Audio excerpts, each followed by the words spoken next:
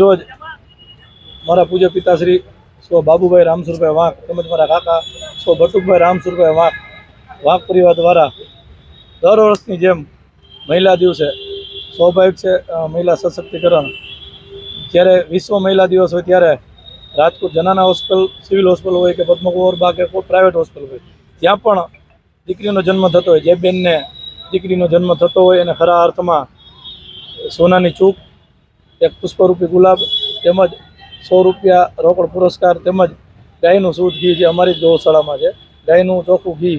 સ્વાભાવિક છે કે બહેનો ડિલિવરી વખતે રોગ પ્રતિકારક શક્તિ ઓછી હોય અને એમને ભરપૂર પ્રમાણમાં ત્યારે ગાયના ઘીની જરૂર હોય, તો એ હેતુથી અમે ગાયનું ઘી પણ સાથે આપીએ છીએ.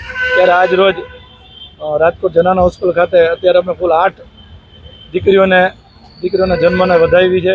હજી પણ અવિરત ચાલુ છે. હમણાં ફોન આવશે પાછા. જ્યાં જરૂર પડે ત્યાં સાંજ લગીમાં અમે જાશું અને દેશું. આખો દિવસ સંપૂર્ણ કાર્યક્રમ અમારો ચાલુ રહેશે. વિજયભાઈ, છેલ્લા કેટલા વર્ષથી સેવકીય પ્રવૃત્તિ કરો છો ને સોનાના ભાવ વધશે તો શું કહેશો? જી ભાઈ, આ તો લોહીમાં વણાઈને આવ્યું છે. મારા પિતાશ્રી પણ આ કામગીરી કરતા અને અમે પણ પાછળ આ જ કામગીરી કરીએ છીએ અને વર્ષોથી આ કરીએ છીએ.